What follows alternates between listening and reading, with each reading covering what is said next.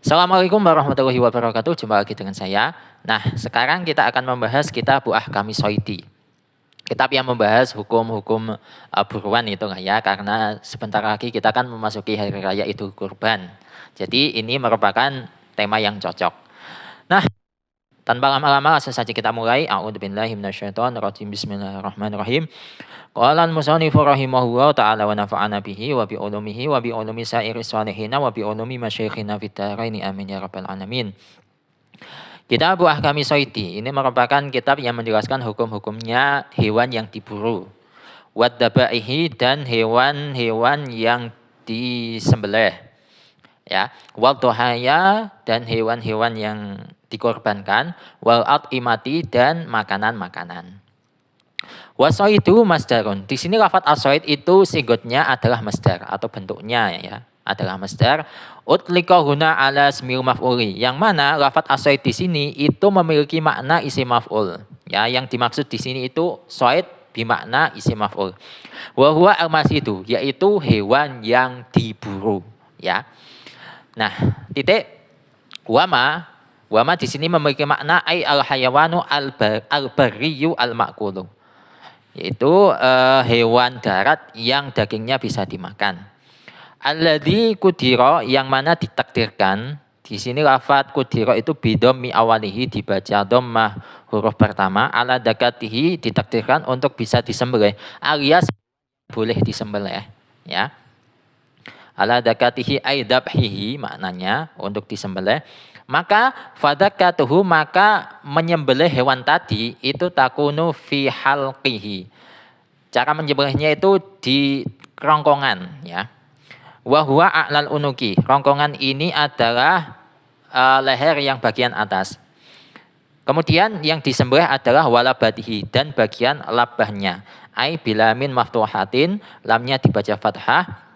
Kemudian wa muwahadatun, selanjutnya itu dikasih titik satu, yaitu huruf ba-nya, musyaddadatun, terus ditasdid, ya, walabbatihi itu. Nah, labbah ini adalah asfalul unuki, leher bagian bawah. Nah, itu adalah terjemahnya, kurang lebihnya seperti itu ya. Sekarang kita memasuki bagian analisis. Berhubung yang saya baca ini lumayan panjang, jadi saya perjelas secara agak banyak di bagian yang sekiranya itu agak gimana gitu lah ya. Kita Ahkami Soidi. Ini semua kita sepakat menjadi khobar, mubtada'nya itu dibuang, takdirannya hadza, ya. Hadza kitabu Ahkami Soidi. Itu ya, hadza itu menjadi mubtada' yang dibuang sebagaimana bait alfiyah, wahad wa ma yu'lamu jaizun kama taqulu zaidun ba'da man indakuma. Kemudian kitab Ahkami Soidi ini merupakan khobar. Di sini berupa idhofah, kitabu sebagai mudhof, ahkami sebagai mudhof ilaih pertama, as-soidi sebagai mudhof ilaih yang kedua. Itu. Selanjutnya wadabaihi, wawnya waw huruf ataf, ad-dabaihi merupakan maktuf dari maktuf alaih lafadz as-soid, ya, as-soidi.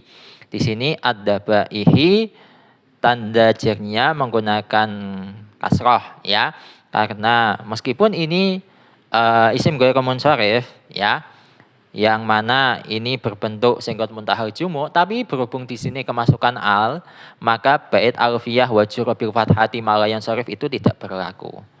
Itulah ya. Kemudian waduhaya, wawnya huruf ataf, aduhaya adalah maktuf, untuk maktuf alihnya adalah lafadz ad-dabaihi, ya. Kemudian wal at'imati, wawnya huruf ataf, al at'imati adalah maktuf, untuk maktuf alihnya adalah lafadz ad-duhaya. Oh ya, ad-dabaih itu kan jamak taksir ya. Untuk bentuk mufradnya adalah ad-dabihah. Saya cek di kamus itu, di kamus Al-Munawir ya, itu enggak ada. Jadi insya Allah ini ad-dabihah untuk bentuk mufradnya itu adalah di Al-Ma'ani. Kemudian untuk ad-duhaya ini adalah jamak taksir, untuk bentuk mufradnya adalah ad-duhiyah, ya. Ad-duhiyah. Dan ini juga enggak ada di kamus Al-Munawir gitu. Kemudian al-at'imah ini adalah jamak dari to'amun.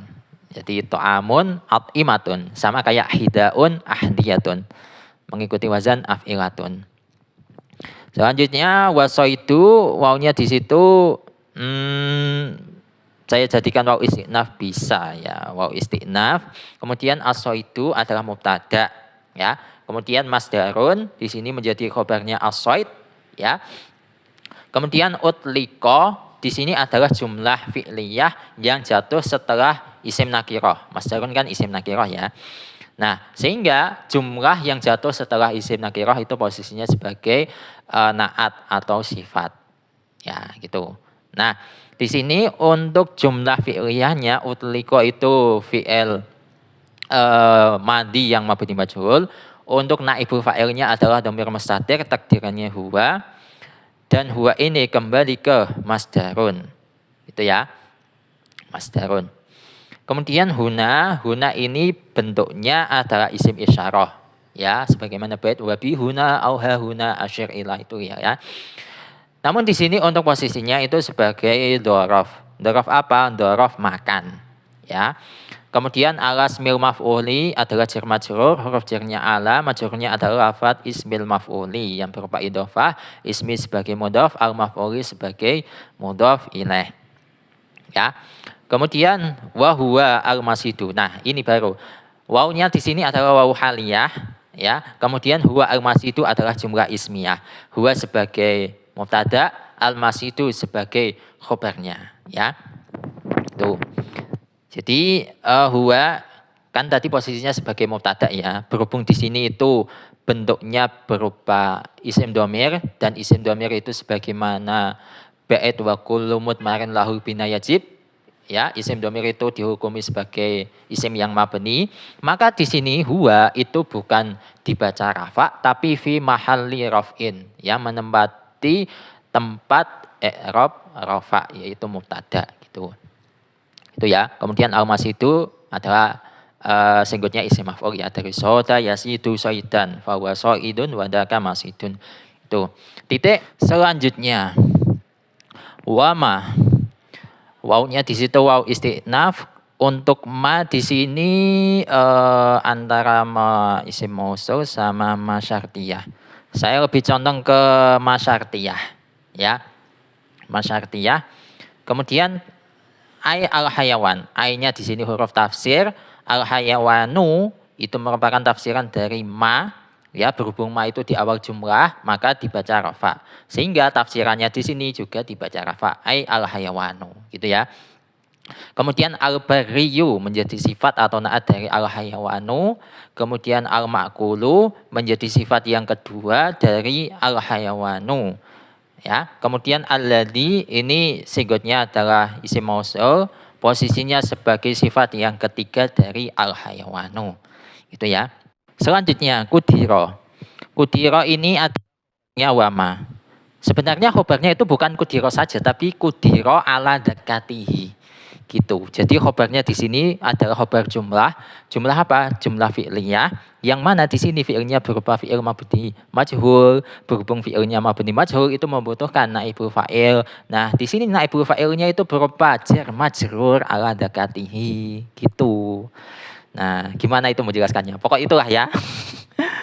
Nah, jadi kudiro di sini adalah fi'il mabni majhul, fi'il madhi ya, fi'il madhi yang mabni majhul.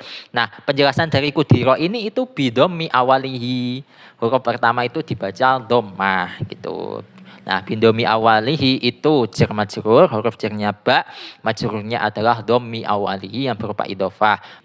Kemudian ala dakatihi tadi sudah saya katakan kalau ini adalah naibul fa'ilnya kudiro yang mana di sini berupa jar majrur, ala sebagai huruf jar ya, dakatihi sebagai majrurnya yang berupa idhofah, dakati sebagai mudhof, hi sebagai mudhof ilaih.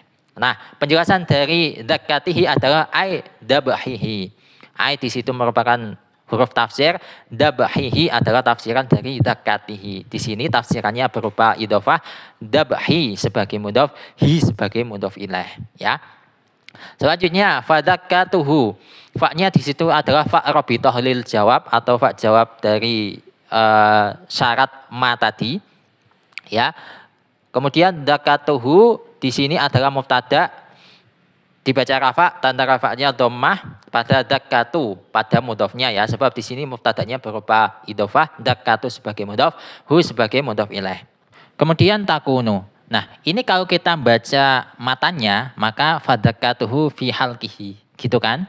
Fa-nya di situ fa jawab, dakatuhu itu mubtada, kemudian fi halqihi itu adalah jar majrur yang sebagai khobarnya dari dakatuhu, tapi menyimpan makna kainun atau istakoro atau yang lainnya itu sebagaimana kita tahu ya. Cuman berhubung yang kita baca di sini adalah syarah, maka takunu di sini adalah khobarnya dakatuhu. Ya, di sini berupa khobar jumlah fi'liyah. Takunu sebagai fi'il mudhari ya, yang dibaca rafa, tanda rafanya dhammah sebab tidak diawali amil nasab ataupun amil jazam, dan takunu di sini adalah fi'il nakis. Nah, berhubung fi'il nakis, maka yang dia butuhkan itu bukan fa'il tapi isimnya. Nah, isimnya takunu adalah dhamir mustatir, takdirannya hiya, dan hiya ini kembali ke dakatuhu. Gitu ya. Kemudian fi hankihi ini menjadi khobarnya takunu ya, fi mahalli nasbin, gitu ya. Di sini kan khobarnya berupa jar majrur, huruf jarnya fi, majrurnya adalah halqihi yang berupa idhofah, halqi sebagai mudhof, hi sebagai mudhof ilaih, ya. Nah, yang kita baca di sini adalah syarahnya, maka fi halqihi di sini adalah khobarnya takunu, bukan khobarnya dakatuhu, gitu ya. Selanjutnya, wa huwa a'lal unuki. Wawunya di situ adalah wawu haliyah, huwa a'lal unuki adalah jumlah yang jatuh setelah isim ma'rifat dan diposisikan sebagai hal. Ya, kalau wawunya itu kita hilangkan, maka kan menjadi huwa a'lal unuki. Ya, ini adalah jumlah ismiyah dan dia jatuh setelah lafadz hi itu adalah isim domir, hukumnya adalah ma'rifat. Nah, jumlah yang jatuh setelah isim ma'rifat itu posisinya sebagai hal.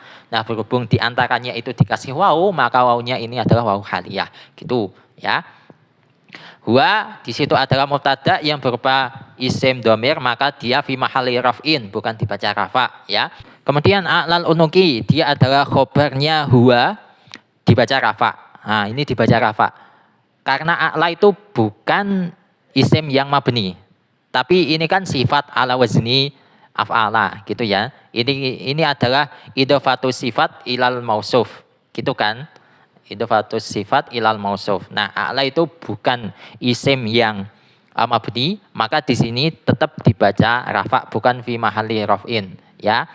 Dan untuk tanda rafa'nya itu dikira-kirakan ya. A'lal unuki ini adalah khobar yang berupa idhofah, a'la sebagai mudhof, al-unuki sebagai mudhof ilaih. A'lanya itu mudhof tapi berupa sifat, al-unuki itu mudhof ilaih, namun di situ adalah mausufnya atau man'utnya. Ya. Kemudian walabbatihi. Wawunya adalah huruf ataf, labbatihi adalah maktuf, untuk maktuf alaihnya adalah halqihi, ya. Kemudian untuk penjelasan dari labbatihi adalah ai bilamin maftuhatin. Ai di situ merupakan huruf tafsiran. Kemudian bilamin maftuhatin itu adalah penjelasannya. Di sini bilamin adalah jar majrur, huruf jarnya adalah ba, majrurnya adalah lafadz lamin. Kemudian maftuhatin adalah sifat atau naat dari lamin. Jadi lamin itu meskipun tidak ada tanda-tanda mu'annas seperti tak marbutoh ataupun alif, itu tetap dia dihukumi mu'annas ya. Jadi lamun, kafun, wawun itu disifati dengan mu'annas.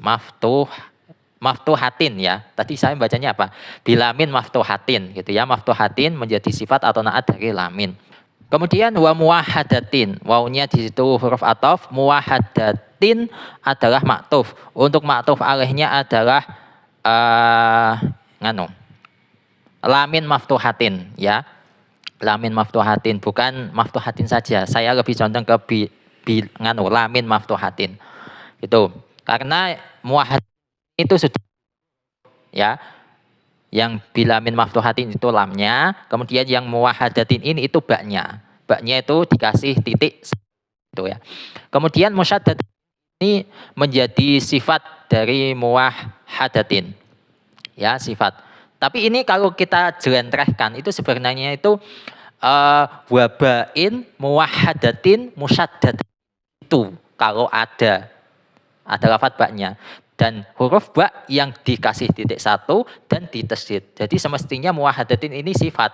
Nah, berhubung ya mausuf atau man'utnya itu dibuang, maka sifat yang pertama ini menempati posisi dari man'ut atau mausuf yang dibuang. Ya, gitu. Paham nggak kalian? Semoga paham nggak ya? Itu. Selanjutnya, unuki. Ini adalah khobar dari mubtada yang dibuang. Takdirannya apa? Takdirannya huwa. Bukan huwa, hiya ya. Hiya. Kembali ke labbatih ya, labbah atau labbatihi. Nah, labbah itu asfalul unuki, leher bagian bawah. Di sini khobarnya berupa idhofah sebagai mudhof, al unuki sebagai mudhof ilaih. Itu mudhof namun berupa sifat, al-unuki itu mudhof ilaih namun berupa mausuf. Jadi ini adalah idhofatus sifat ilal mausuf. Tuh. Nah, sekian untuk pembahasan kali ini. Wallahu a'lam bishawab. Semoga ini bermanfaat untuk kalian. Semoga penjelasan tadi bisa kalian pahami ya, meskipun agak gimana gitu. Semoga bermanfaat. Wallahu a'lam bishawab, dan insya Allah pembahasan selanjutnya akan kita bahas di kesempatan selanjutnya. Entah kesempatan selanjutnya itu kapan ya, insya Allah. Wassalamualaikum warahmatullahi wabarakatuh.